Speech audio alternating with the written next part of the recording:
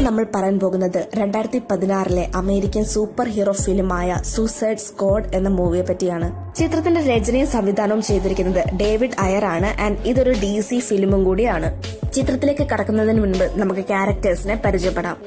Dead shot പൈസ കൊടുത്തു കഴിഞ്ഞാൽ ആരെ വേണമെങ്കിലും ഒരു ദയാദാക്ഷിണ്യമില്ലാതെ കൊല്ലും. അയാളുടെ ദയനീയത എന്ന് പറയുന്നത് അയാളുടെ മകളാണ്. ഒരു ദിവസം ഡെഡ് ഷോട്ടും തന്റെ മകളും കൂടി എവിടെയോ പോവുകയായിരുന്നു. അന്നേരം ബാറ്റ്മാൻ അവിടെ വരും. ബാറ്റ്മാനിനെ കണ്ട ഡെഡ് ഷോട്ട് ഷൂട്ട് ചെയ്യാൻ തുടങ്ങുമ്പോൾ അയാളുടെ മകള് പറയും അങ്ങനെ ചെയ്യാൻ പാടില്ല. അങ്ങനെ ക്രിമിനലായ ഡെഡ് ഷോട്ട് പോലീസുകാരുടെ മുന്നിൽ കീഴടങ്ങി കൊടുക്കും. ഇനി ആരാണ് ഹാർലി ക്വിൻ എന്ന് നമുക്ക് നോക്കാം. സൈക്കാട്രിസ്റ്റ് ആയ ഹാർലി ക്വിൻ ജോക്കറിന്റെ പ്രണയ വലയത്തിൽപ്പെട്ട് അവളും അദ്ദേഹത്തിനെ പോലെ ആയി മാറുന്നു. ഹാർലി കൂടുതലായി സൈക്കോ ആയി മാറാൻ വേണ്ടി ജോക്കർ അവൾക്ക് ഷോക്കെല്ലാം കൊടുക്കും. ഒരു ദിവസം റോഡിൽ വെച്ച് ജോക്കറും ഹാർലിയും കൂടി പോയിക്കൊണ്ടിരുന്ന വഴിയില് ബാറ്റ്മാൻ അവരെ ഫോളോ ചെയ്ത് വരും. ബാറ്റ്മാൻ അവരെ പിടിക്കാതിരിക്കാൻ വേണ്ടി ജോക്കർ തന്റെ വണ്ടി ഒരു നദിയിലേക്ക് കൊണ്ട് ആക്സിഡന്റ് ആക്കും. വെള്ളത്തിൽ വെച്ച് ജോക്കർ ആ വണ്ടി നിന്ന് രക്ഷപ്പെടും. പക്ഷെ ഹാർലി ക്വിൻ ആ വണ്ടി തന്നെ കിടപ്പുണ്ടായിരുന്നു. ഇത് കണ്ട ബാറ്റ്മാൻ അവളെ രക്ഷിക്കാൻ നോക്കും. അന്നേരം ബാറ്റ്മാന് മനസ്സിലാകും ഇപ്പൊ ഹാർലിയും ജോക്കറിനെ പോലെ തന്നെ ഒരു സൈക്കോ ആയി മാറിയിരിക്കുകയാണ്. അതുകൊണ്ട് തന്നെ ബാറ്റ്മാന്റെ സഹായത്തോടെ അവളെയും ജയിലിലാക്കും. ഇനി അടുത്തതായിട്ട് നമ്മൾ നോക്കാൻ പോകുന്നത് ക്യാപ്റ്റൻ ബൂമറങ്. ഇയാൾ വന്നിട്ട് ഓസ്ട്രേലിയയിലുള്ള ഒരുപാട് ബാങ്കിൽ കൊള്ളയടിച്ചിട്ടുണ്ട്. പക്ഷെ ഇയാൾക്കൊരു മോശ സ്വഭാവം കൂടി ഉണ്ടായിരുന്നു. അതായത് കൂടെ സഹായിയായിട്ട് വരുന്ന ആളിനെ കൊള്ളയടിച്ചതിന് ശേഷം കൊന്നുകളയും. അങ്ങനെ ഒരു ദിവസം കൊള്ളയടിച്ചതിന് ശേഷം തന്റെ കൂടെ വന്ന ആളിനെ കൊന്നിട്ട് പോവുകയായിരുന്നു. അപ്പോഴാണ് അവിടെ ഫ്ലാഷ് വരുന്നത്. എന്നിട്ട് ഈ ഫ്ലാഷിന്റെ സഹായത്തോടെ ബൂമറങ്ങിനെ പിടിച്ച് ജയിലിലാക്കും. അടുത്തതായിട്ട് പറയാൻ പോകുന്നത് എൽ ഡിയാബ്ലോയുടെ പ്രത്യേകത എന്തെന്ന് വെച്ചാല് കൈകളിൽ സ്വയം തീ ഉൽപാദനം ചെയ്യാനുള്ള ഒരു പ്രത്യേക തരത്തിലെ കഴിവ് അയാൾ ജനിച്ചപ്പോ തന്നെ ഉണ്ടായിരുന്നു. ഈ ഒരു കഴിവ് കാരണം അയാളുടെ വീട് തന്നെ ഒരു വട്ടം കത്തിപ്പോവുകയാണ് ചെയ്തത്. ആ കത്തിപ്പോകുന്ന വഴിക്ക് അയാൾ തന്റെ ഭാര്യയും കുട്ടികളെയും നഷ്ടമാക്കുകയും ചെയ്തു. അങ്ങനെ ആ ഒരു കുറ്റബോധത്തിൽ അയാൾ സ്വയം സ്റ്റേഷനിൽ വന്ന് സറണ്ടർ ആവും. ഇനി അടുത്തത് നമ്മൾ പറയാൻ പോകുന്നത് കില്ലർ ക്രോക്കിനെ പറ്റിയാണ്. ചെറിയ കുട്ടിയായിരുന്ന സമയത്ത് രക്തത്തിനുള്ളിൽ ഒരു ജീൻ മ്യൂട്ടേഷൻ സംഭവിക്കുന്നു. അത് കാരണം രൂപം ഒരു മൃഗത്തിന്റെ ആയി മാറുകയാണ് ചെയ്തത്. പിന്നീട് അത് രൂപത്തിൽ നിന്ന് സ്വഭാവത്തിലേക്ക് മാറുന്നു. അതായത് ഒരു മൃഗം എന്തൊക്കെയാണ് ചെയ്യുന്നത് അതെല്ലാം കില്ലർ ക്രോക്കും ചെയ്യുമായിരുന്നു. ഇനി അടുത്തതായിട്ട് നമ്മൾ പറയാൻ പോകുന്നത് ഡോക്ടർ ജൂണിനെ പറ്റിയാണ്. പുള്ളിക്കാരി ഒരു ആർക്കിയോളജിസ്റ്റ് ആണ്. അതുകൊണ്ട് തന്നെ ഇങ്ങനെ എല്ലായിടവും എക്സ്പ്ലോർ ചെയ്തുകൊണ്ടേയിരിക്കും. അങ്ങനെ ഒരു ദിവസം ജൂണ് ഒരു തെറ്റായിട്ടുള്ള ഗുഹയിലാണ് വന്നു പെടുന്നത്. അവിടെ കുറെ അധികം പുരാതനമായിട്ടുള്ള മൂർത്തികൾ ഉണ്ടായിരുന്നു. ജൂൺ അതിൽ നിന്ന് ഒരു മൂർത്തി എടുത്തു നോക്കും. അന്നേരം ആ മൂർത്തിയിൽ നിന്ന് ഒരു പ്രേതാത്മാവ് വെളിയിൽ വരികയും അവളെ പൊസസ് ചെയ്യുകയും ചെയ്യും. ഇനി അടുത്തതായിട്ട് നമ്മൾ പറയാൻ പോകുന്നത് ആമൻഡയെ പറ്റിയാണ്. ആമൻഡ വന്ന് ഈ ചിത്രത്തിൽ ഒരു രഹസ്യാന്വേഷണ ഉദ്യോഗസ്ഥയാണ്. നമ്മൾ ഇത്രയും നേരം പറഞ്ഞ ക്രിമിനൽസിനെ പറ്റിയെല്ലാം ആമൻഡ തന്റെ കൂടെയുള്ള ഉദ്യോഗസ്ഥരോട് പറയുന്നതായിട്ടാണ് ചിത്രത്തിൽ കാണിച്ചിരിക്കുന്നത്. ഇവിടെ ആമൻഡ ഒരു കാര്യം കൂടി പറയുന്നുണ്ട്. അതായത് നമ്മൾ അവസാനം പറഞ്ഞു നിർത്തിയ ഒരു പെണ്ണില്ലേ ജൂണിന്റെ ശരീരം പൊസസ് ചെയ്ത ആ പ്രേതാത്മാവിന്റെ ഹൃദയം ആ ഒരു ഗുഹയിൽ നിന്ന് അവർക്ക് കിട്ടിയിരിക്കുന്നു. അതുകൊണ്ട് തന്നെ ആമൻഡ എപ്പോ വിചാരിച്ചാലും ആ ഒരു പ്രേതാത്മാവിനെ കൊണ്ട് എന്തും ചെയ്യിപ്പിക്കാൻ സാധിക്കും. ഇവരൊക്കെ തന്നെയാണ് നമ്മുടെ ചിത്രത്തിലെ മെയിൻ ക്യാരക്ടേഴ്സ്. ഇനി നമുക്ക് ഡയറക്റ്റ് മൂവിയിലേക്ക് തന്നെ പോകാം. ബാറ്റ്മാൻ വേഴ്സസ് സൂപ്പർമാൻ സ്റ്റോറിയുടെ എൻഡിങ്ങില് സൂപ്പർമാൻ മരണപ്പെടുകയാണ് ചെയ്യുന്നത്. അതിനുശേഷം സൂപ്പർമാന് പകരമായിട്ട് വേറെ സൂപ്പർമാനോ അതല്ലെങ്കിൽ സൂപ്പർമാനെ പോലെ തന്നെയുള്ള വില്ലൻ ഭൂമിയിലേക്ക് വന്നാൽ എന്ത് ചെയ്യുമെന്നുള്ളതിനെ പറ്റിയുള്ള ഒരു കോൺഫറൻസ് അമേരിക്കയിൽ നടക്കുന്നതായിട്ടാണ് ചിത്രത്തിൽ കാണിക്കുന്നത്. അപ്പൊ ആമൻഡ എന്ന് പറയുന്ന ആ സ്ത്രീ വന്നിട്ട് നമ്മുടെ ചിത്രത്തിന്റെ തുടക്കത്തിൽ കുറച്ച് ക്യാരക്ടേഴ്സിനെ പരിചയപ്പെട്ടില്ലേ? അതായത് ഹാർലി ക്വിൻ, ഡെഡ് ഷൂട്ട്, ക്യാപ്റ്റൻ ബൂമറങ്, ഇവരെ പറ്റിയൊക്കെ ആമൻഡ അവരുടെ ഉദ്യോഗസ്ഥരോട് പറയും. മാത്രമല്ല ഇവരെല്ലാം പല കഴിവും പല ശക്തിയും ഉള്ളവരാണ്. അതുകൊണ്ട് തന്നെ ഇവരെയെല്ലാം ഭൂമിക്കൊരു ആപത്ത് വരുമ്പോൾ ഉപയോഗപ്പെടുത്താമെന്നും ആമൻഡ പറയുന്നുണ്ട്. മാത്രമല്ല ജൂണിന്റെ എല്ലാ കാര്യവും നോക്കാൻ വേണ്ടി ഫ്ലാഗ് എന്ന് പറയുന്ന ഒരാളെ ആമൻഡ ഏർപ്പാട് ചെയ്യും. അടുത്ത സീനിൽ കാണിച്ചിരിക്കുന്നത് ആമൻഡ അമേരിക്കൻ മിനിസ്റ്ററിനോട് ഈ കാര്യങ്ങളെല്ലാം പറയാൻ ശ്രമിക്കുന്നതായിട്ടാണ്. ഈ കാര്യം ആദ്യം ആമൻഡ അവരോട് പറയുമ്പം ആരും അത് വിശ്വസിക്കില്ല. അന്നേരം ആമൻഡ ഫ്ലാഗ് എന്ന് പറയുന്ന അയാളെ വെച്ച് ജൂണിന്റെ ശരീരത്തുള്ള ആ ഒരു പ്രേതാത്മാവിനെ അവിടെ വിളിച്ചു വരുത്തും. എന്നിട്ട് ആമൻഡ ആ പ്രേതാത്മാവിനോട് പറയും നീ വേറെ നാട്ടിലെ ടോപ്പ് സീക്രട്സ് ആയിട്ടുള്ള ഫയൽസ് എടുത്തോണ്ട് വാ. അപ്പൊ ആ ഒരു പ്രേതാത്മാവ് ആ ഫയൽസ് എടുത്തോണ്ട് വന്ന് അവിടെയുള്ള മിനിസ്റ്ററിന്റെ കയ്യിൽ കൊടുക്കും. അടുത്ത സീനിൽ കാണിക്കുന്നത് ജോക്കറിനെയാണ്. ജോക്കർ തന്റെ സെക്രട്ടറിയോട് പറയും എന്റെ ഗേൾഫ്രണ്ട് ആയ ഹാർലി ക്വിനെ എങ്ങനെങ്കിലും ആ ജയിലിൽ നിന്ന് ഇറക്കണം. അതിന് നീ വേണം എന്നെ ഹെൽപ്പ് ചെയ്യാൻ. ഹാർലിയെ ആ ജയിലിൽ നിന്ന് ഇറക്കാൻ വേണ്ടി ജോക്കർ ഓരോ ദിവസവും ഓരോ പ്ലാൻ ചെയ്യുമായിരുന്നു. അങ്ങനെ ഒരു ദിവസം ആ ജയിലിലെ പോലീസ് ഓഫീസറിനെ ജോക്കർ തട്ടിക്കൊണ്ടുവരും. എന്നിട്ട് ആ പോലീസ് ഓഫീസർ ജോക്കറിനോട് എല്ലാ കാര്യങ്ങളും പറയും. ആമൻഡ എന്ന് പറയുന്ന ഒരു സ്ത്രീ കുറച്ച് ക്രിമിനൽസിനെ ചേർത്ത് ഒരു ടീം ഉണ്ടാക്കി. ആ ടീമിന്റെ പേരാണ് ടാസ്ക് ഫോഴ്സ് എക്സ്. എന്നിട്ട് ആ പോലീസ് ഓഫീസർ പറയും ആ ടീമിലെ ഒരു മെമ്പറാണ് ഹാർലി ക്വിൻ. പിന്നീട് അടുത്ത സീനിൽ കാണിക്കുന്നത് ഡോക്ടർ ജൂണിനെയും ഫ്ലാഗിനെയാണ്. ഡോക്ടർ ജൂൺ കിടന്ന് ഉറങ്ങുകയാണ്. അപ്പൊ അവള് രാവിലെ നടന്ന ആ സംഭവങ്ങളെ പറ്റി ആലോചിച്ചിട്ട് ആ പ്രേതാത്മാവിന്റെ പേര് പറയും, എൻചാൻഡ്രസ്. ഇത് പറഞ്ഞ ഉടൻ തന്നെ ആ പ്രേതാത്മാവ് അവിടെ വീണ്ടും വരും. ഇത് കണ്ട ഫ്ലാഗ് ആ പ്രേതാത്മാവിനെ ഷൂട്ട് ചെയ്യാൻ നോക്കും. അപ്പൊ ഈ ഒരു എൻഹാൻഡ്രസ് അയാൾക്ക് ഒരു വിഷൻ കാണിച്ചു കൊടുക്കും. അതില് ഡോക്ടർ ജൂണ് മരിക്കാറായ ഒരവസ്ഥയിൽ കിടക്കുന്നതായിട്ടാണ് കാണിക്കുന്നത്. പിന്നെ വീണ്ടും റിയാലിറ്റിയിലേക്ക് വരും. ഈ ഒരു വിഷനിലൂടെ കാണിക്കാൻ ഉദ്ദേശിക്കുന്നത് ഫ്ലാഗ് എൻചാൻഡ്രസിനെ ഷൂട്ട് ചെയ്താൽ അവിടെ മരണപ്പെടുന്നത് ജൂൺ ആയിരിക്കും. മാത്രമല്ല എൻചാൻഡ്രസ് ഒരു പ്രേതാത്മാവിൽ ഉപരി അവരൊരു മന്ത്രവാദിയും കൂടിയാണ്. അതുകൊണ്ടാണ് അവർ കയ്യിൽ കുറെ പവേഴ്സ് ഉള്ളത്. പിന്നീട് എൻഹാൻഡ്രസ് അവിടുന്ന് ആമൻഡയുടെ വീട്ടിലേക്ക് പോകും. അവിടെ അവള് തന്റെ ഹൃദയമിരിക്കുന്ന ആ പെട്ടി കാണും. പക്ഷെ അവൾക്ക് അതിന്റെ അടുത്തേക്ക് പോകാൻ കഴിയില്ല. കാരണം അതിൽ നിന്ന് ഒരു സൗണ്ട് വരും.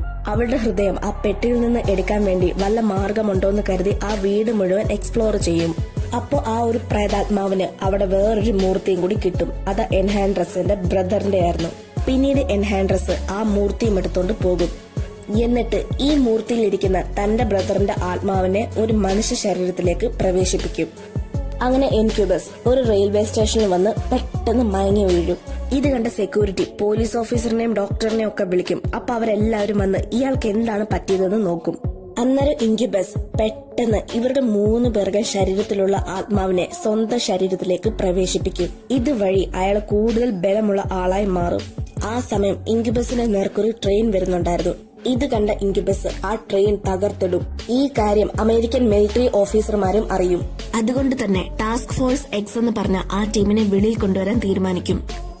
പുറത്തിറങ്ങിയ ഓരോ ടീം മെമ്പറിന്റെയും കഴുത്തിന്റെ ഭാഗത്തായിട്ട് ഒരു ചിപ്പ് വെച്ചു കൊടുക്കും. എൻഹാൻഡ്രസ് ആണ് ഈ നടക്കുന്നതിന് എല്ലാം കാരണമെന്നറിഞ്ഞ ആമൻഡ അവളുടെ ഹൃദയത്തിനെ ഉപദ്രവിച്ചുകൊണ്ടേയിരിക്കും. അത് കാരണം ആ പ്രേതാത്മാവിന്റെ ശക്തി കുറഞ്ഞോണ്ടേയിരിക്കും. അപ്പൊ അവളുടെ ബ്രദർ വന്ന് അയാളുടെ പകുതി ശക്തി അവൾക്കും കൊടുക്കും. എന്നിട്ട് എൻചാൻഡ്രസ് പറയും ഈ ഭൂമിയിലുള്ള ഒരു മനുഷ്യനെ പോലും വെറുതെ വിടാൻ പാടില്ല, എല്ലാത്തിനും കൊന്നു തള്ളണം. അതിനുവേണ്ടി അവരൊരു ആയുധം ഉണ്ടാക്കും. ആ ഒരു സ്റ്റേഷനുള്ളിൽ വെച്ച് വലിയൊരു മിന്നലും അതിനോടൊപ്പം തന്നെ ഒരു ആയുധവും രൂപപ്പെടും. അതേസമയം ഇൻക്യൂബസ് സിറ്റിക്കുള്ളിൽ ഇറങ്ങി ഓരോന്നും നശിപ്പിക്കാൻ വേണ്ടി തുടങ്ങും. പിന്നീട് അടുത്ത സീനിൽ കാണിക്കുന്നത് ടാസ്ക് ഫോഴ്സ് എക്സ് എന്ന് പറഞ്ഞ ആ ടീമിനെയാണ്. ഓഫീസർമാര് ആ ടീമിനോട് പറയും ഇവിടെ അടുത്തുള്ള ഒരു മെട്രോ സിറ്റിയിൽ വലിയൊരു ഡിസ്ട്രോയ് തന്നെ ഉണ്ടായിരിക്കുകയാണ്. കുറച്ച് സോൾജിയേഴ്സ് ചേർന്ന് ഈ നാടിനെ തന്നെ നശിപ്പിക്കാനാണ് നോക്കുന്നത്. അവരിൽ നിന്ന് ഈ നാടിനെ സംരക്ഷിക്കേണ്ടത് നിങ്ങളുടെ കടമയാണ്. ഇനി നിങ്ങളിലെ ഒരാളെങ്കിലും ഞങ്ങളെ കബളിപ്പിച്ച് രക്ഷപ്പെടാൻ നോക്കുകയാണെങ്കിൽ നിങ്ങളുടെ കഴുത്തിലൊരു ചിപ്പില്ലേ, ആ ചിപ്പ് പൊട്ടിത്തെറിക്കുകയും നിങ്ങൾ അവിടെ വെച്ച് തന്നെ മരണപ്പെടുകയും ചെയ്യും എന്ന് ഓഫീസർ പറയും. അതോടൊപ്പം അവർക്കൊരു പെട്ടിയിൽ അവർക്ക് വേണ്ടിയ ഡ്രസ്സും അതുപോലെ തന്നെ ആയുധങ്ങളും കൊടുത്തുവിടും. അങ്ങനെ ടാസ്ക് ഫോഴ്സ് എക്സും അവരുടെ കൂടെ 2-3 പേരും കൂടി ചേർന്ന് ആ മെട്രോ സിറ്റിയിലേക്ക് പോകും. അവിടെ വെച്ച് ഡെഡ് ഷോട്ട് ഒരു മനുഷ്യനല്ല, എന്നാൽ ഒരു മനുഷ്യനെ പോലത്തെ ഒരാളെ കാണും. അങ്ങനെ കുറെ പേര് അവിടെ ഉണ്ടായിരുന്നു. അതെല്ലാം ഇൻക്യൂബസ് ഭൂമിയിലുള്ള മനുഷ്യനെ നശിപ്പിക്കാൻ വേണ്ടി നിർമ്മിച്ച ആളുകളാണ്. ഇത് കണ്ട ടാസ്ക് ഫോഴ്സ് എക്സ് എന്ന് പറഞ്ഞ ആ ടീമും അവരുടെ കൂടെ വന്ന ആളുകളും കൂടി ഇൻക്യൂബസ് തയ്യാറാക്കിയ ആ ജീവികളെ എല്ലാം കൊന്നുകളയും. അപ്പൊ അവിടെ വെച്ച് ഡെഡ് ഷോട്ടും കൂടെ വന്ന ആളുകളും തമ്മിൽ ഒരു ഫൈറ്റ് നടക്കും. കാരണം അവരോട് പറഞ്ഞത് കുറച്ച് സോൾജിയേഴ്സ് ചേർന്ന് നാടിനെ നശിപ്പിക്കുന്നു എന്നാണ്. പക്ഷെ അതൊന്നും ഒരു സാധാരണ മനുഷ്യനെ അല്ലായിരുന്നു. ഇനി ഫൈറ്റ് ചെയ്തിട്ട് യാതൊരു കാര്യവുമില്ലെന്ന് അവർക്കറിയാവുന്നതുകൊണ്ട് ആ സിറ്റിയിലൂടെ വീണ്ടും യാത്ര തുടരും. അതേസമയം ആ 2 ദുർമന്ത്രവാദികളെ വീണ്ടും കാണിക്കുന്നുണ്ട്. മാത്രമല്ല അവിടെ വേറെയും കുറേയധികം മനുഷ്യനെ പോലത്തെ ജീവികൾ ഉണ്ടായിരുന്നു. പിന്നീട് ടാസ്ക് ഫോഴ്സ് എക്സ് എന്ന് പറഞ്ഞ ആ ടീം ഒരു ബിൽഡിംഗിൽ കൂടെ കയറിപ്പോന്നു. അവിടെ വെച്ച് ഹാർലി ക്വിൻ ഒരു കെമിക്കൽ ടാങ്ക് കാണുന്നു. പിന്നീട് നേരെ ഫ്ലാഷ് ബാക്കിലേക്കാണ് പോകുന്നത്.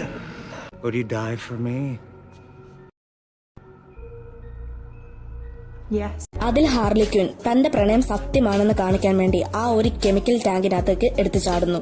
ഇത് കണ്ട ജോക്കർ ആദ്യം അവളെ മൈൻഡ് ചെയ്യാതെ പോകുമെങ്കിലും പിന്നീട് അദ്ദേഹത്തിന്റെ മനസ്സിൽ എവിടെ ഒരു ദയ തോന്നി അവളെ രക്ഷിക്കാൻ വേണ്ടി ആ ടാങ്കിലേക്ക് എടുത്തു ചാടും. പിന്നീട് സീൻ മാറുകയാണ്. ഡെഡ് ഷൂട്ട് ഡിയാബ്ലോട് ചൂടാകും. നീ എന്താ നിന്റെ കഴിവുകളൊന്നും കാണിക്കാത്തത്, നീ എന്താ ഒന്നും ചെയ്യാതെ നിൽക്കുന്നത്. അപ്പൊ ഡിയാബ്ലോ അവിടെ നിന്ന് ബാക്കിയുള്ള ഇൻക്യൂബസിന്റെ ആളുകളെ ജീവനോടെ കത്തിച്ചു കളയും. അപ്പൊ ടാസ്ക് ഓഫ് എക്സ് എന്ന് പറഞ്ഞ ആ ടീമിന്റെ കൂടെ വന്ന ഒരാള് ആ ബിൽഡിംഗിൽ എത്ര പേര് ഇനി ജീവനോടുണ്ടെന്ന് നോക്കാൻ വേണ്ടി പോകും. അങ്ങനെ അയാള് നേരെ പോകുന്നത് ആമണ്ടയുടെ അടുത്തേക്കാണ്. അതിന്റെ അർത്ഥം ആ ബിൽഡിംഗിൽ തന്നെയാണ് ആമണ്ടയും ഉള്ളത്. പെട്ടെന്നാണ് ആ ഒരു മുറിയിലേക്ക് ഡെഡ് ഷോട്ട് വരുന്നത്. ആമണ്ടെ കണ്ട ഡെഡ് ഷോട്ട് പറയും, അപ്പൊ നിങ്ങൾക്ക് എല്ലാവർക്കും ആര് കാരണമാണ് ഈ പ്രശ്നം നടക്കുന്നതെന്ന് ആദ്യമേ അറിയായിരുന്നല്ലേ എന്ന് പറഞ്ഞിട്ട് ഡെഡ് ഷോട്ട് അവിടുന്ന് ഇറങ്ങിപ്പോകും. എന്നിട്ട് ഡെഡ് ഷോട്ട് ബാക്കിയുള്ളവരോട് പോയി പറയും, എനിക്കിനി ഈ മിഷൻ ചെയ്യാൻ വയ്യ, നിങ്ങൾക്ക് വേണമെങ്കിൽ ചെയ്തോ. ഈ സമയം ആമണ്ട് അവിടെ എത്തും. എന്നിട്ട് ആ സ്ത്രീ പറയും, എന്റെ കയ്യിലും ആ റിമോട്ട് ഉണ്ട്, അതായത് നിങ്ങളുടെ കഴുത്തിലിരിക്കുന്ന ആ ചിപ്പിന്റെ റിമോട്ട്. അപ്പോ നിങ്ങളെ മിഷൻ ചെയ്തില്ല എന്നുണ്ടെങ്കിൽ ഞാൻ വിചാരിച്ചാലും നിങ്ങളെ കൊല്ലാൻ സാധിക്കും. മാത്രമല്ല ഇൻക്യുബസിന്റെ ആളുകളെ കൊല്ലാൻ വേണ്ടി ഒരു സാധാരണ മനുഷ്യന് കഴിയില്ല. അതുകൊണ്ടാണ് ഞങ്ങൾ നിങ്ങളെ ചൂസ് ചെയ്തത്. അവസാനം ആ ടീംസിന് സമ്മതമില്ലാഞ്ഞിട്ട് കൂടി അവര് പറയുന്നത് കേൾക്കേണ്ടതായി വരും.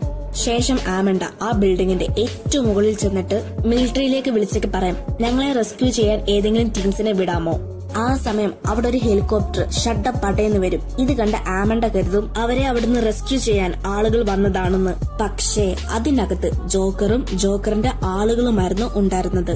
അവിടെ വലിയ രീതിയിലൊരു ഫൈറ്റ് തന്നെ നടക്കും. സത്യത്തിൽ ജോക്കർ അവിടെ വന്നത് ഹാർലി ക്വിന്നിനെ അവരിൽ നിന്ന് രക്ഷിക്കാൻ വേണ്ടിയാണ്. ജോക്കറിനെ കണ്ട ഹാർലി അവളുടെ കയ്യിലുള്ള എല്ലാ സാധനങ്ങളും കളഞ്ഞിട്ട് ജോക്കറിന്റെ അടുത്തേക്ക് പോകും. ജോക്കർ അപ്പോ ഒരു കയറ് ഹാർലിക്ക് ഇട്ട് കൊടുക്കും. അപ്പൊ ഹാർലി അത് പിടിച്ച് ജോക്കറിന്റെ അടുത്തേക്ക് പോകും. ഇത് കണ്ടോണ്ട് വന്ന ആമണ്ട ഡെഡ് ഷൂട്ടിനോട് പറയും, നീ എന്താ നോക്കി നിൽക്കുന്നേ, പെട്ടെന്ന് തന്നെ അവളെ കൊല്ല്.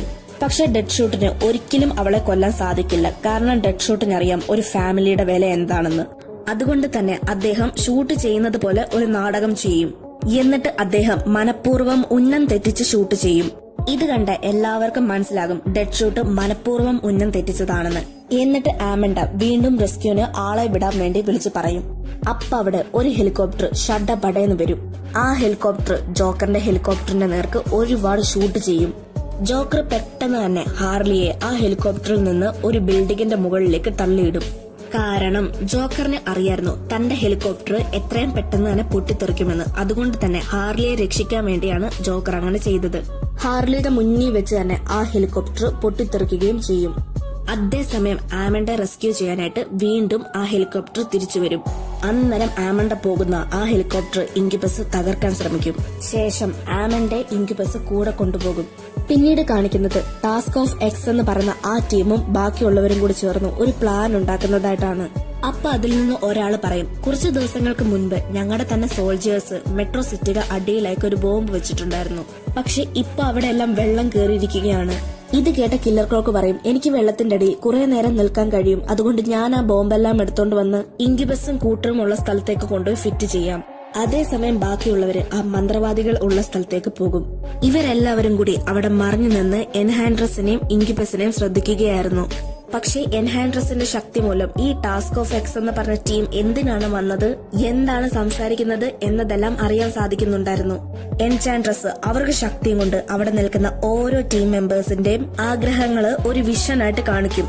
അതായത് ഡെഡ് ഷൂട്ട് കാണുന്നത് താൻ ബാറ്റ്മാനെ കൊന്നതായിട്ടാണ്. കാരണം ബാറ്റ്മാൻ കാരണമാണല്ലോ അയാള് ജയിലിലായത്. പിന്നീട് കാണിക്കുന്നത് ഹാർലി ക്വിന്നിന്റെ വിഷനാണ്. അതിൽ ഹാർലി ക്വിന്നും ജോക്കറും അവർക്ക് കുട്ടിയും കൂടി സന്തോഷമായി ഒരു നോർമൽ ലൈഫ് ജീവിക്കുന്നതായിട്ടാണ്. പിന്നീട് കാണിക്കുന്നത് എൽ ഡിയാബ്ലോയുടെ ഭാര്യ തിരിച്ചു വന്ന് അയാളോട് സംസാരിക്കുന്നതായിട്ടാണ്. ആ വിഷയം കണ്ടപ്പോ തന്നെ എൽ ഡിയാബ്ലോയ്ക്ക് മനസ്സിലാകും ഇത് എൻഹാൻഡ്രസിന്റെ വെറും ഒരു തന്ത്രമാണ്. കാരണം മരിച്ച ഒരാൾ ഒരിക്കലും തിരിച്ചു വരികയില്ല. എൽ ഡിയാബ്ലോ ഇത് എല്ലാവരോടും പറഞ്ഞ് മനസ്സിലാക്കാൻ ശ്രമിക്കും.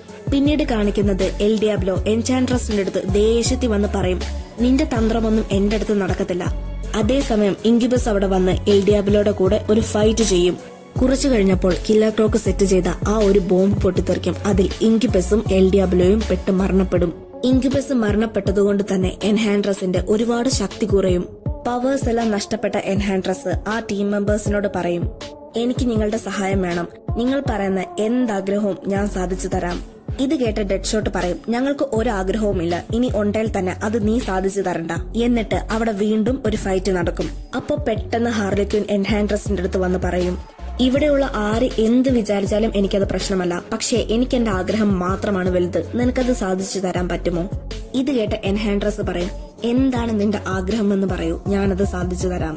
ഹാർലി മെല്ലെ മെല്ലെ എൻഹാൻഡ്രസിന്റെ അടുത്ത് വന്ന് തറയിൽ കിടന്ന ഒരു വാളെടുക്കും. എന്നിട്ട് ആ ഒരു വാളും കൊണ്ട് പ്രേതാത്മാവിന്റെ നെഞ്ചിലേക്ക് തറച്ചു കയറ്റും. ശേഷം അവളുടെ ഹൃദയം വലിച്ചെടുക്കും.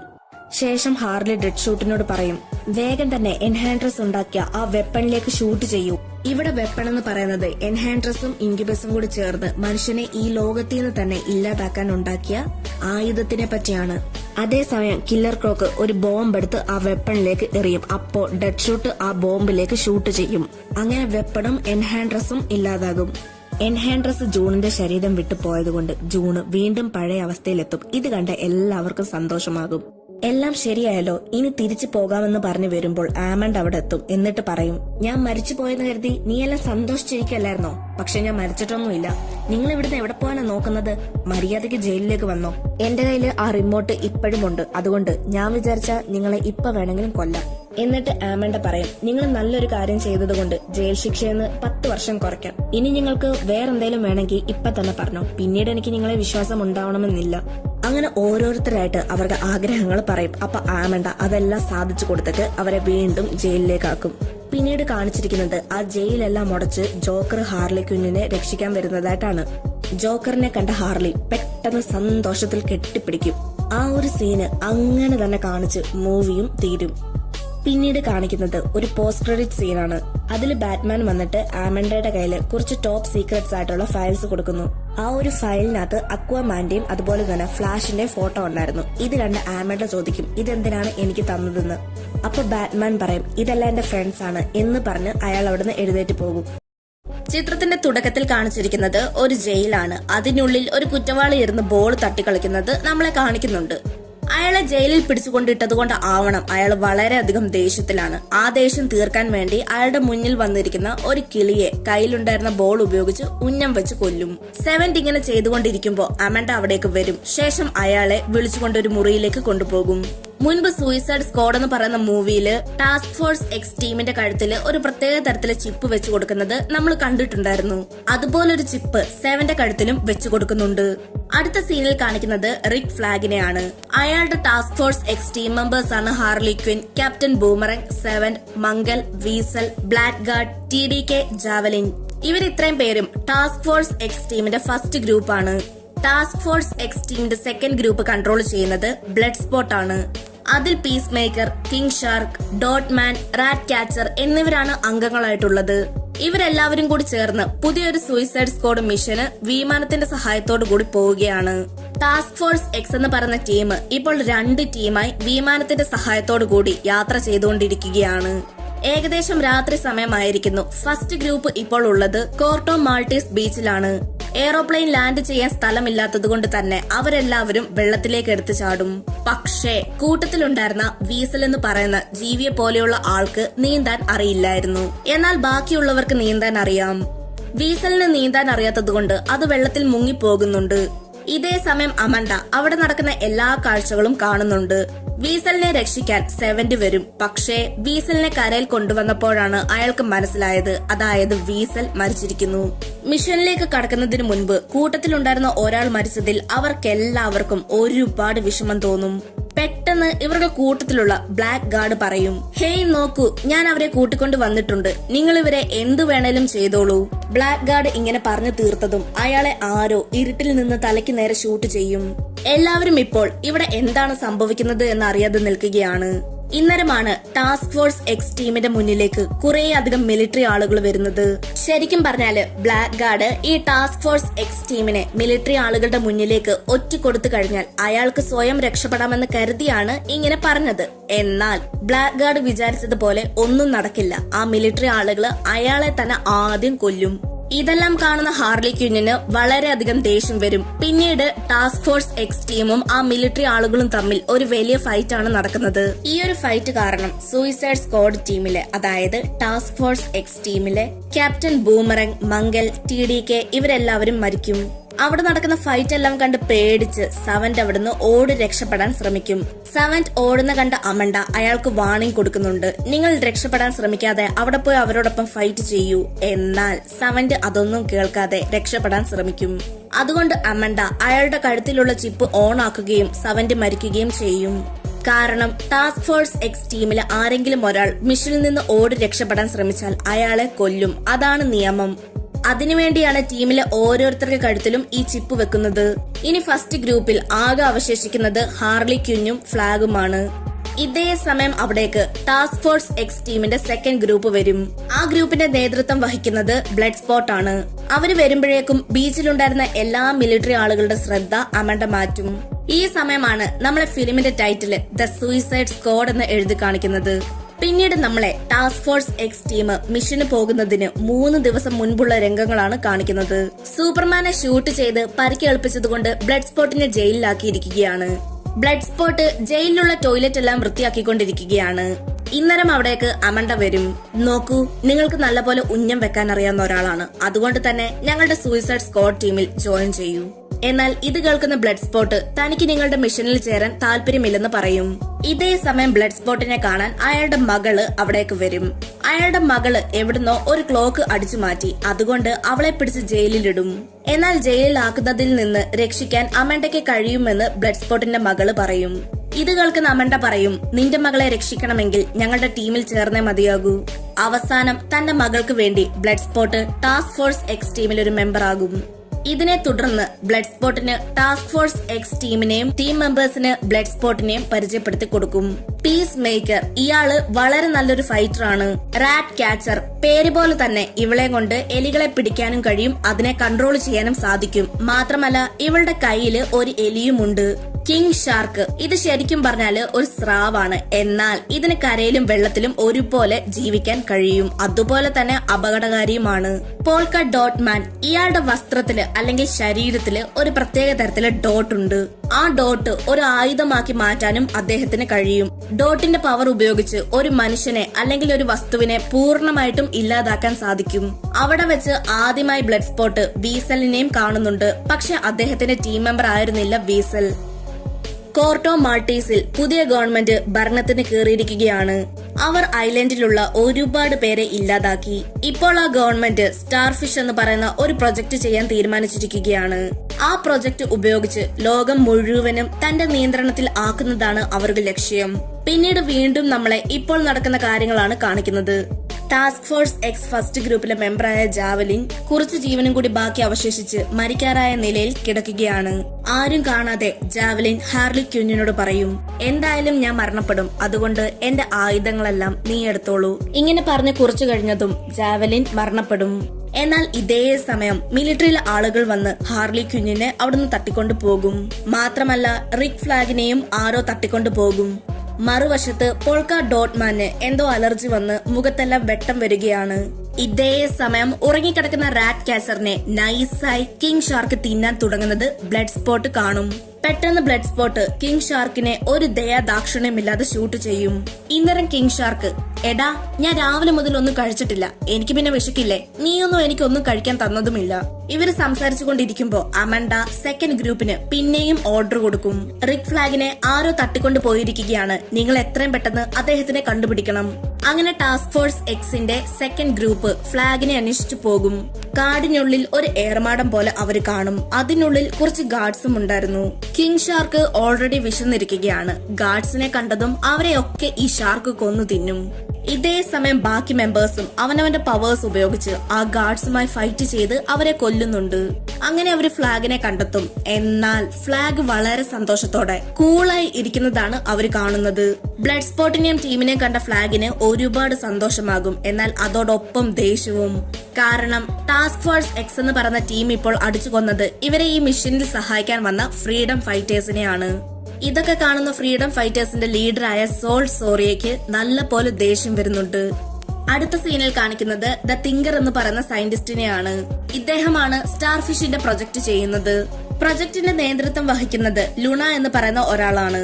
ലുണയോട് തിങ്കർ സ്റ്റാർഫിഷ് പ്രൊജക്ടിനെ പറ്റി സംസാരിക്കുകയാണ്. മാത്രമല്ല ഒരു വീഡിയോ തിങ്കർ അയാൾക്ക് കാണിച്ചു കൊടുക്കുന്നുണ്ട്. ആ വീഡിയോയ്ക്കുള്ളിൽ ഒരു വലിയ സ്റ്റാർഫിഷ് പ്രസവിക്കുകയാണ്. എന്നാൽ സ്റ്റാർഫിഷിന്റെ കുഞ്ഞുങ്ങള് അവിടെ നിൽക്കുന്ന മനുഷ്യരെ എല്ലാം ആക്രമിക്കുന്നു. അതുവഴി ഈ ബേബി സ്റ്റാർഫിഷിന് ഒരുപാട് പവേഴ്സ് കിട്ടുകയും ചെയ്യും. ലുണ ഈ സ്റ്റാർഫിഷിനെ ഉപയോഗിച്ച് ലോകം മുഴുവനും തന്റെ നിയന്ത്രണത്തിൽ കൊണ്ടുവരാൻ ശ്രമിക്കുകയാണ്. അടുത്ത സീനിൽ ഒരു കുഴിക്കുള്ളിൽ കിടക്കുന്ന ഹാർലി ക്വിന്നിനെയാണ് കാണിക്കുന്നത്. രാവിലെ കുറച്ച് മിലിറ്ററി ആളുകൾ വന്ന് അവൾക്ക് ഒരു വസ്ത്രം കൊടുക്കും. ശേഷം അത് മാറാൻ ആവശ്യപ്പെടും. ആ വസ്ത്രം ഹാർലി ക്വിന്നിനെ ധരിപ്പിച്ചുകൊണ്ട് അവരവളെ ഒരു വണ്ടിയിൽ കയറ്റും. ശേഷം വണ്ടിയിലുണ്ടായിരുന്ന കുറച്ച് സ്ത്രീകൾ ചേർന്ന് ഹാർലി ക്വിന്നിനെ വളരെ സുന്ദരിയായി മേക്കപ്പ് ചെയ്തു കൊടുക്കും. ഇപ്പോൾ ഹാർലി പോയിക്കൊണ്ടിരിക്കുന്നത് ലൂണ ഉള്ള സ്ഥലത്തേക്കാണ്. ലൂണയ്ക്ക് ഹാർലി ക്വിന്നിനെ വിവാഹം ചെയ്യണമെന്നുണ്ട്. ലൂണ ഇതുവരെ വിവാഹം കഴിക്കാത്തതുകൊണ്ട് ആളുകൾ അയാളെ ഉത്തരവാദിത്തമില്ലാത്ത ഒരു വ്യക്തിയായിട്ടാണ് കാണുന്നത്. പിന്നീട് ലൂണയും ഹാർലി ക്വിന്നും ഉച്ചയ്ക്ക് ഫുഡ് കഴിക്കാൻ പോകും. ശേഷം നഗരം മുഴുവൻ ചുറ്റിക്കാണും. മാത്രമല്ല പക്ഷികളുള്ള ഒരു വലിയ ഗാർഡനിലേക്ക് ഹാർലി ക്വിന്നിനെ കൊണ്ടുപോകും. രാത്രിയാവുമ്പോ ലൂണ ഹാർലി ക്വിന്നിനോട് എനിക്ക് തന്നെ വളരെയധികം ഇഷ്ടമാണെന്നും വിവാഹം ചെയ്യാൻ താല്പര്യമുണ്ടെന്നും പറയും. ശേഷം അവർ തമ്മിൽ കിസ്സും പിന്നെ കുറച്ച് റൊമാൻസ് ഒക്കെ ചെയ്യും. കുറച്ചു നേരങ്ങൾക്ക് ശേഷം ലൂണ ഹാർലി ക്വിന്നിനോട് പറയും, ഞാൻ സ്റ്റാർഫിഷ് പ്രൊജക്ട് ചെയ്തുകൊണ്ടിരിക്കുകയാണ്. ഈ പ്രൊജക്ട് വഴി എനിക്ക് ലോകം മുഴുവൻ എന്റെ കൈക്കുള്ളിൽ കൊണ്ടുവരാൻ കഴിയും. മുൻപ് ഈ പ്രൊജക്ടിന്റെ നേതൃത്വം ഏറ്റുവാങ്ങിയത് ഹെറേറ എന്ന് പറയുന്ന ഒരു ഫാമിലിയാണ്. പക്ഷെ അവരുടെ മരണശേഷം ഇപ്പോൾ എനിക്കാണ് ഇത് ചെയ്യേണ്ട ഉത്തരവാദിത്വം വന്നത്. ഈ പ്രൊജക്ടിന് ആരെങ്കിലും എനിക്ക് തടസ്സമായി വന്ന അവരെ ഞാൻ ഇല്ലാതാക്കും. ഹാർലി ക്വിന്നിന് ഇതിനോട് താല്പര്യമുണ്ടായിരുന്നില്ല. എന്നാൽ ലൂണ അവളെ പറഞ്ഞു മനസ്സിലാക്കാൻ കുറേയധികം ശ്രമിക്കും.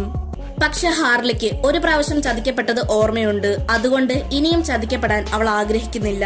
മാത്രമല്ല ലൂണ ഒരു നല്ല വ്യക്തിയും ആയിരുന്നില്ല. അതിനാൽ ഹാർലി ക്വിൻ ഒരു ഗണ്ണെടുത്ത് അയാളെ ഷൂട്ട് ചെയ്ത് കൊല്ലും. ഇന്നേരം മിലിറ്ററിയിലെ ആളുകൾ വന്ന് ഹാർലി ക്വിന്നിനെ വീണ്ടും തടവിലാക്കും.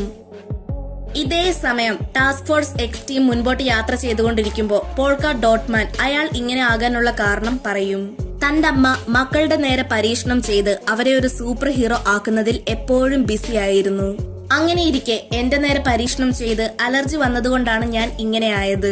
പിന്നീട് മുൻപോട്ട് യാത്ര ചെയ്യുന്തോറും ഓരോ ഘട്ടത്തിലും മിലിറ്ററി ആളുകളുമായി അവർക്ക് ഫൈറ്റ് ചെയ്യേണ്ടതായിട്ട് വരും.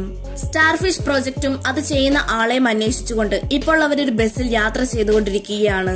ബസ്സിലിരുന്ന് റാറ്റ് ക്യാച്ചർ പറയും, ഞാനും എന്റെ അച്ഛനും ഒരു ചെറിയ കുടുംബത്തിലെയാണ്. ഞങ്ങൾ എലികളെ കൺട്രോൾ ചെയ്യാൻ പറ്റുന്ന ഒരു മിഷൻ കണ്ടെത്തി. ആ മിഷന്റെ സഹായത്തോടു കൂടി ചെറിയ ചെറിയ മോഷണങ്ങളും ഞങ്ങൾ നടത്തുന്നുണ്ടായിരുന്നു. എന്നാൽ ഒരു ദിവസം അച്ഛൻ മരിച്ചു. ആ വേദന എനിക്ക് സഹിക്കാൻ പറ്റുന്നുണ്ടായിരുന്നില്ല. അങ്ങനെ ഞാൻ അമേരിക്കയിലേക്ക് വന്നത്. അമേരിക്കയിൽ ഞാൻ എലികളുടെ സഹായത്തോടു കൂടി തന്നെ ഒരു ബാങ്ക് കൊള്ളയടിക്കാൻ ശ്രമിച്ചു. അങ്ങനെയാണ് ഞാൻ അമണ്ടയുടെ അടുത്ത് വന്ന് പെട്ടത്. ഇതേ സമയം ലുണയുടെ ആളുകൾ ഹാർലിയെ കെട്ടിയിട്ട് ഉപദ്രവിക്കുകയാണ്. നിന്റെ കൂടെ ആരൊക്കെയാണ് വന്നത്? നിങ്ങൾ എത്ര പേരാണ്? ഇനിയും ആരെങ്കിലും ജീവനോടുണ്ടോ? നീ എവിടെ നിന്നാണ് വരുന്നത്? എന്നൊക്കെ ചോദിച്ചുകൊണ്ടേയിരിക്കും. ഹാർലി എത്രത്തോളം ബുദ്ധിയുള്ള ആളാണെന്നുള്ളത് നമുക്ക് എടുത്തു പറയേണ്ട ആവശ്യമില്ല. അവൾ തന്റെ ബുദ്ധി ഉപയോഗിച്ച് ലുണയുടെ ആളുകളെ കൊല്ലും.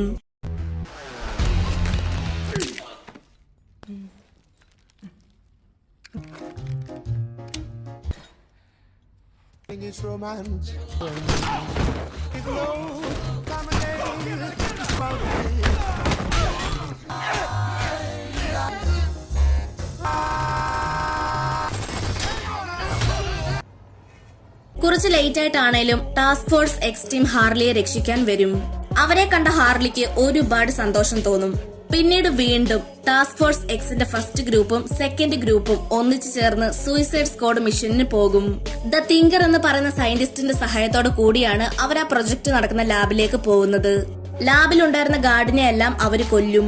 സയന്റിസ്റ്റ് ടാസ്ക് ഫോഴ്സ് എക്സ് ടീമിനോട് പറയും, ഞങ്ങൾ കുറെ നാളും കൊണ്ട് സ്റ്റാർഫിഷിനെ ഉപയോഗിച്ച് ഒരുപാട് പ്രൊജക്ടുകൾ ചെയ്തിട്ടുണ്ട്. പക്ഷെ ഈ പ്രൊജക്ട് എല്ലാം ഞങ്ങൾ ചെയ്തുകൊണ്ടിരിക്കുന്നത് അമേരിക്കൻ ഗവൺമെന്റിന് വേണ്ടിയാണ്. അമേരിക്കൻ ആസ്ട്രോനട്സ് ആണ് ഈ സ്റ്റാർഫിഷിനെ ആദ്യമായി കണ്ടെത്തിയത്. ശേഷം അവർ അതിനെ ഭൂമിയിലേക്ക് കൊണ്ടുവന്നു. ഏകദേശം 30 വർഷം കൊണ്ട് സ്റ്റാർഫിഷുമായി ബന്ധപ്പെട്ടുള്ള പ്രൊജക്ടുകൾ ഞാനാണ് ചെയ്തുകൊണ്ടിരിക്കുന്നത്.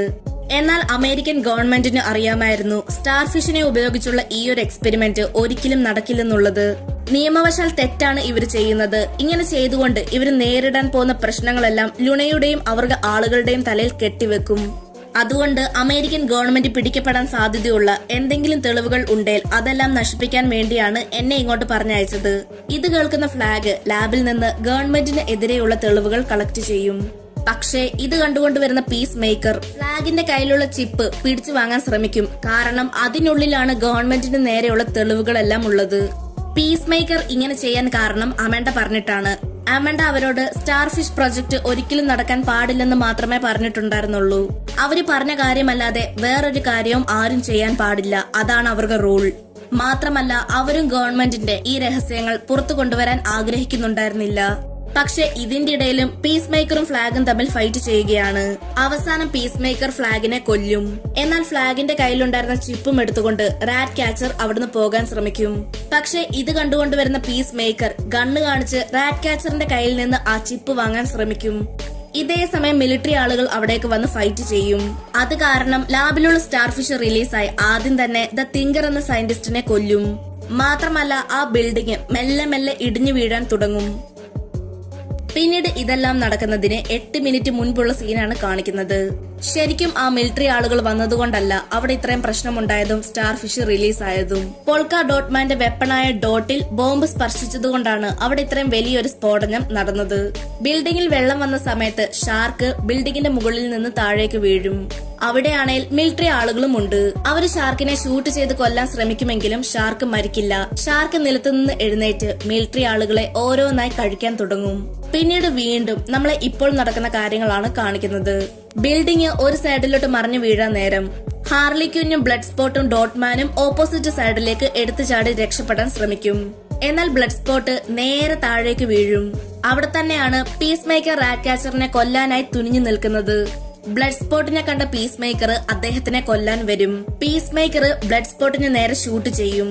ഇന്നരം ബ്ലഡ് സ്പോട്ട് ആ വരുന്ന ബുള്ളറ്റിന് നേരെ ഷൂട്ട് ചെയ്യും. അത് കാരണം പീസ് മേക്കറിന്റെ ബുള്ളറ്റ് ചിന്നിച്ചിതറുകയും തൊട്ട് ഓപ്പോസിറ്റിൽ നിൽക്കുന്ന പീസ് മേക്കറിന് നേരെ ബ്ലഡ് സ്പോട്ടിന്റെ ബുള്ളറ്റ് കഴുത്തിന്റെ ഭാഗത്തായി തറച്ചു കയറും. റാറ്റ് ക്യാച്ചർ സ്റ്റാർഫിഷിനെ പറ്റിയുള്ള എല്ലാ രഹസ്യങ്ങളും ബ്ലഡ് സ്പോട്ടിനോട് പറയും. ഇത് കേൾക്കുന്ന ബ്ലഡ് സ്പോട്ട് ആ ചിപ്പ് വാങ്ങി തന്റെ കയ്യിൽ വെക്കും. ഇതേ സമയം ഷാർക്ക് മിലിറ്ററി ആളുകളെയെല്ലാം കൊന്നു തിന്നിട്ട് വരികയാണ്. പക്ഷെ വീണ്ടും കുറച്ച് മിലിറ്ററി ആളുകള് സൂയിസൈഡ് സ്ക്വാഡ് ടീമിനെ കൊല്ലാൻ വരും. എന്നാൽ അവരെ കാത്തിരുന്നത് ഏറ്റവും വലിയ അപകടമായിരുന്നു. ഒരു ഭീമാകര സ്റ്റാർഫിഷ് ഇറങ്ങി വന്ന് മിലിറ്ററി ആളുകളെ കൊല്ലാൻ തയ്യാറായി നിൽക്കുകയാണ്. മിലിറ്ററി ആളുകളും പരമാവധി സ്റ്റാർഫിഷിനെ കൊല്ലാൻ ശ്രമിക്കുന്നുണ്ട്. കുറച്ചു കഴിഞ്ഞ് സ്റ്റാർഫിഷ് തന്റെ കുട്ടികളെയെല്ലാം മിലിറ്ററി ആളുകളുടെ നേർക്ക് അയക്കും. അങ്ങനെ ആ സ്റ്റാർഫിഷ് കുഞ്ഞുങ്ങള് മിലിറ്ററി ആളുകളെ കൊല്ലും. ഇതേ സമയം ഫ്രീഡം ഫൈറ്റേഴ്സ് ഗവൺമെന്റിന്റെ ആളുകളെ കൊന്ന് ആ സ്ഥലം അവരുടെ നിയന്ത്രണത്തിൽ കൊണ്ടുവരും. സ്റ്റാർഫിഷിന്റെ കുഞ്ഞുങ്ങൾ ആരെയൊക്കെയാണ് ആക്രമിച്ചത് അവരെല്ലാം ഒരു മോൺസ്റ്ററായി മാറി സ്റ്റാർഫിഷിനെ പിന്തുടരും. ശേഷം ആ സ്റ്റാർഫിഷും മോൺസ്റ്റേഴ്സും കൂടി ചേർന്ന് നഗരം മുഴുവനും നശിപ്പിക്കും. ഈ മോൺസ്റ്റേഴ്സിന് സ്റ്റാർഫിഷിനെ കണ്ടിട്ട് ഒരു വലിയ ഭീമാകരൻ മനുഷ്യനായിട്ടാണ് തോന്നുന്നത്. ഇതെല്ലാം കാണുന്ന അമണ്ട അവർക്ക് ഓർഡർ കൊടുക്കും. നിങ്ങൾ ആ ലാബ് മുഴുവൻ നശിപ്പിച്ച് തെളിവുകൾ ഇല്ലാതാക്കിയെങ്കിൽ തിരിച്ചു വരാവുന്നതാണ്. എന്നാൽ ഇത് കേൾക്കുന്ന സൂയിസൈഡ് സ്ക്വാഡ് അമണ്ട പറയുന്നത് കേൾക്കില്ല. ഇത് മനസ്സിലാക്കിയ അമണ്ട അവർക്ക് കഴുത്തിലുള്ള ചിപ്പ് ബ്ലാസ്റ്റ് ചെയ്ത് കൊല്ലാമെന്ന് തീരുമാനിക്കും. പക്ഷെ അമണ്ടയോടൊപ്പം വർക്ക് ചെയ്യുന്ന ഒരു സ്ത്രീ അവരിങ്ങനെ ചെയ്യുന്നതും പ്രവർത്തിക്കുന്നതും കണ്ട് സഹികെട്ട് അമണ്ടയുടെ തലക്കിട്ട് ഒരടി കൊടുക്കും. ശേഷം സൂയിസൈഡ് സ്ക്വാഡിനെ സഹായിക്കാമെന്ന് തീരുമാനിക്കും. ടീം മെമ്പേഴ്സ് എല്ലാവരും സ്റ്റാർഫിഷുമായി ഫൈറ്റ് ചെയ്യാൻ തുടങ്ങും. പക്ഷെ സ്റ്റാർഫിഷ് കാരണം പോൾക്ക ഡോട്ട്മാൻ മരണപ്പെടുകയും ചെയ്യും. ടീം മെമ്പേഴ്സിലെ ഓരോരുത്തരും അവനവന്റെ പവേഴ്സ് ഉപയോഗിച്ച് സ്റ്റാർഫിഷുമായി ഫൈറ്റ് ചെയ്യും. റാറ്റ് ക്യാച്ചർ കുറെ എലികളെ വിളിച്ചു വരുത്തി സ്റ്റാർഫിഷിന്റെ ശരീരത്തിലൂടെ കയറ്റും. ഇത് അവസരമാക്കി എടുത്തുകൊണ്ട് ഹാർലി ക്വിൻ ഒരു മൂർച്ചയുള്ള കമ്പിയുടെ സഹായത്തോടു കൂടി സ്റ്റാർഫിഷിന്റെ കണ്ണിൽ കുത്തും. അങ്ങനെ അവസാനം എല്ലാവരും വളരെ സാഹസികപരമായിട്ട് സ്റ്റാർഫിഷിനെ കൊല്ലും. ഇതെല്ലാം ടിവിയിലൂടെ കാണുന്ന ബ്ലഡ് സ്പോട്ടിന്റെ മകൾക്ക് ഒരുപാട് സന്തോഷം തോന്നും. ഗവൺമെന്റിന്റെ കള്ളത്തരങ്ങൾക്ക് സപ്പോർട്ട് ചെയ്യാൻ ശ്രമിച്ചെന്ന് പറഞ്ഞ് അമണ്ടയുടെ കൂടെ വർക്ക് ചെയ്യുന്ന ആളുകൾ തന്നെ അമണ്ടയെ ഭീഷണിപ്പെടുത്തി സൂയിസൈഡ് സ്ക്വാഡ് ടീമിനെ മോചിതരാക്കും. അടുത്ത സീനിൽ കാണിക്കുന്നത് നമ്മൾ ചിത്രത്തിന്റെ തുടക്കത്തിൽ കണ്ട വീസൽ വെള്ളത്തിൽ വീണ് മരിച്ചു എന്നാണല്ലോ പറഞ്ഞത്. പക്ഷേ അത് മരിച്ചിട്ടുണ്ടായിരുന്നില്ല. പകരം വെള്ളത്തിൽ വീണ് ബോധം പോയി കിടക്കുകയായിരുന്നു. പോസ്റ്റ് ക്രെഡിറ്റ് സീനിൽ കാണിക്കുന്നത് പീസ് മേക്കർ ഇപ്പോൾ ഹോസ്പിറ്റലിൽ കിടക്കുന്നതായിട്ടാണ്. അയാൾ മരിച്ചിട്ടുണ്ടായിരുന്നില്ല. അങ്ങനെ ദ സൂയിസൈഡ് സ്ക്വാഡ് എന്ന് പറയുന്ന മൂവി ഇവിടെ തീർന്നിരിക്കുകയാണ്. ചിത്രത്തിനെ പറ്റിയുള്ള സംശയങ്ങളും അഭിപ്രായങ്ങളും കമന്റിലൂടെ രേഖപ്പെടുത്തുക. ഇനി അടുത്ത നല്ലൊരു വീഡിയോ ആയിട്ട് നമുക്ക് വീണ്ടും കാണാം.